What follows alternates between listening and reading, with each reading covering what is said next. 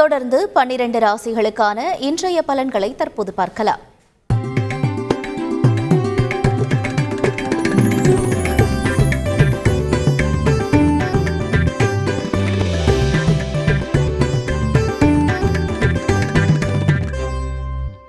தந்தி தொலைக்காட்சி நேயர்களுக்கு வணக்கம்.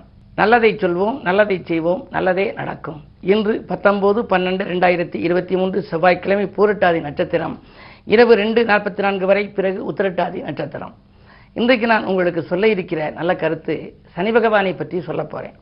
அதாவது நாளைய தினம் மாலை 5:23க்கு சனி பகவான் கும்பராசிக்கு பயிற்சியாக போகிறார். அந்த என்னுடைய ராசி பலன்கள், அதாவது தினத்தந்தியின் சார்பாக ஆன்மீகம் என்று வருகிற புத்தகத்தில் சில தினங்களுக்கு முன்னால் என்னுடைய சனிப்பெயர்ச்சி பலன்கள் வெளிவந்ததை பார்த்துருப்பீங்க. சனி ஒரு தாக்கும் கிரகம் அல்ல, அது ஒரு காக்கும் கிரகம் என்பதற்கு அடையாளமாக சில கருத்துக்களை எல்லாம் சொல்லியிருந்தேன். பொதுவாக சனியை எப்படி கும்பிடணும் அப்படின்னா, சனியை சாய்வாய் நின்று கும்பிடு, குருவை நேராய் நின்று கும்பிடுன்னு சொல்லியிருக்காங்க. அப்படிப்பட்ட அந்த சனிக்கு எத்தனையோ ஆலயங்கள்லாம் இருக்குது. நாளைக்கு பார்த்தீங்கன்னா திருநள்ளாறு, திருக்கொள்ளிக்காடு, குச்சானூர், புளிச்சலூர், இன்னும் சனி இருக்கிற இடங்கள்ல எல்லாம் சிவாலயங்கள்ல எல்லாம் சனிப்பெயர்ச்சி விழா ரொம்ப சிறப்பாக கொண்டாடுவாங்க. வன்னி இலை அந்த சனிக்குன்னு உள்ள சமித்து.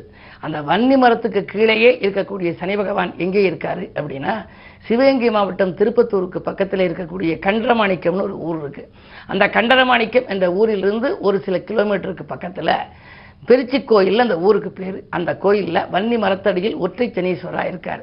அவருக்கு இங்கே பெரிய விழா அங்கே நடக்குது. நாளைய தினம் சந்தோஷம் தருகிற சனிப்பெயர்ச்சி பலன்கள்ங்கிறத பற்றி கூட நான் என்னுடைய சொற்பொழிவு அங்கே நிகழவிருக்கிறது.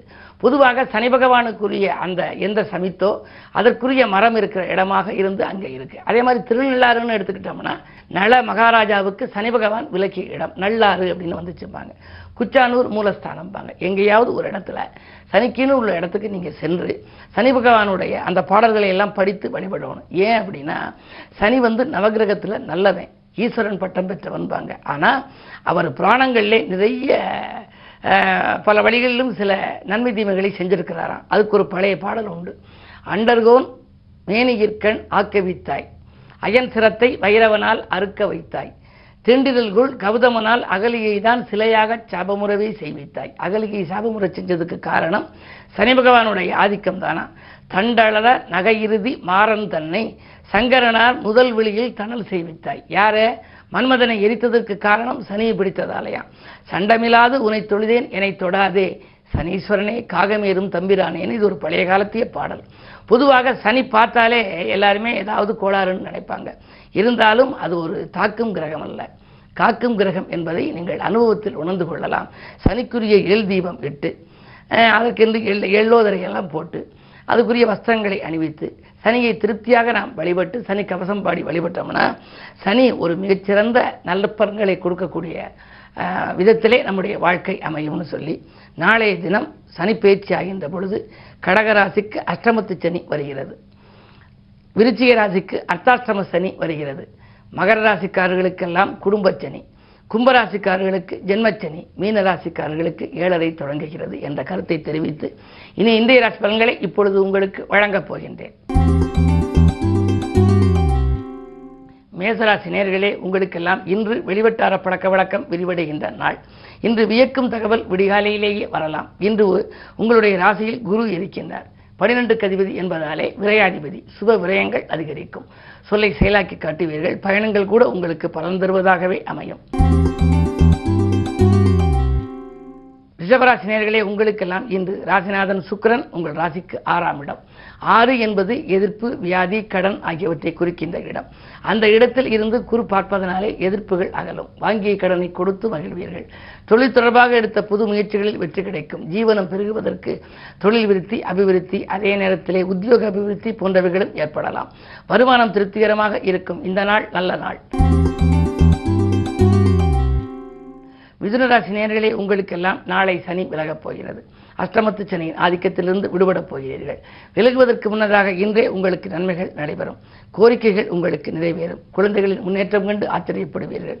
தொழில் தொல்லை உங்களுக்கு அகலும். தொழிலில் புதிய தொழில் தொடங்கலாமா என்ற சிந்தனைகள் கூட உருவாகலாம்.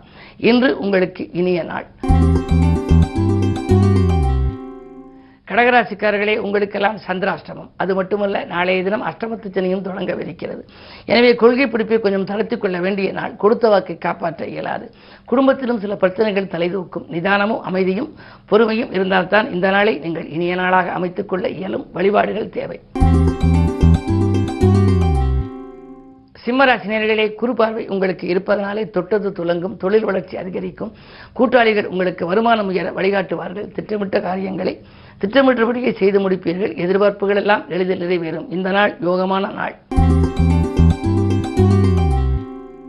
கன்னிராசினியர்களே, உங்களுக்கு ஜென்மத்தில் கேது. ஆன்மீக நாட்டம் அதிகரிக்கும் என்றாலும் கூட கருத்து வேறுபாடுகளும் இல்லத்திலே அதிகரிக்கலாம். நீங்கள் கொஞ்சம் விட்டு கொடுத்து செல்ல வேண்டிய நேரம் இது.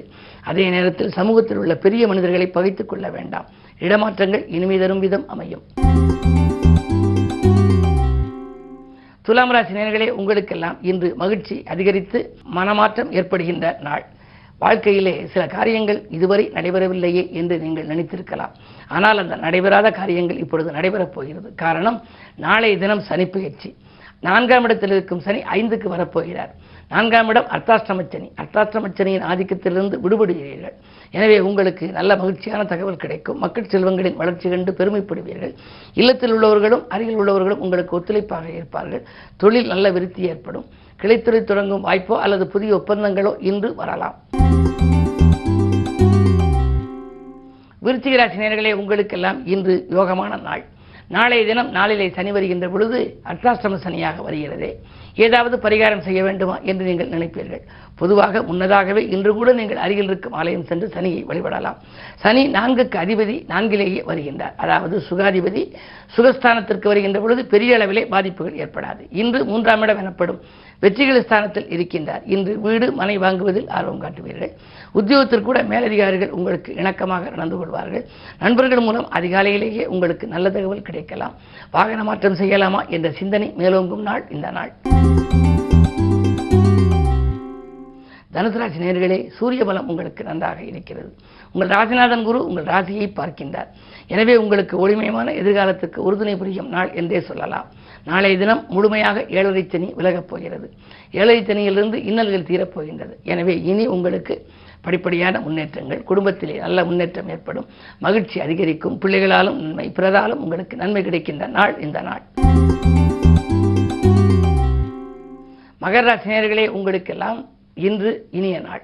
சனி நாளை விலகுவதற்கு ஆயத்தம் செய்கின்ற நாள். எனவே ஆரோக்கியம் சீராகி ஆனந்தப்படுத்தும். மருத்துவ செலவுகள் குறையும். திடீர் பயணங்கள் தித்திக்க வைக்கும். ஊழியர்கள் உங்களுக்கு சக ஊழியர்களிடம் உங்களுக்கு மனம் விட்டு பேசி மகிழ்ச்சியை பகிர்ந்து கொள்வீர்கள். வரவேண்டிய பதவி உயர்வு இதுவரை தடை இருந்தது, இன்று வருவதற்கான அறிகுறிகள் தென்படலாம். பொதுவாக இன்று உத்தியோக முன்னேற்றம், தொழில் முன்னேற்றம் உண்டு. கும்பராசி நேயர்களே, உங்களுக்கெல்லாம் இன்று ராசியிலேயே சந்திரன் 6க்கு அதிபதி ஜீவனஸ்தானாதிபதி இருக்கிறார். நாளை மாலை 5:23க்கு உங்கள் ராசிக்குள் சனி அடியெடுத்து வைக்கப் போகின்றார். இதுவரை விரைச்சனியின் ஆதிக்கத்தில் இருந்த நீங்கள் ஜென்மச்சனிக்கு மாறப்போகின்றீர்கள்.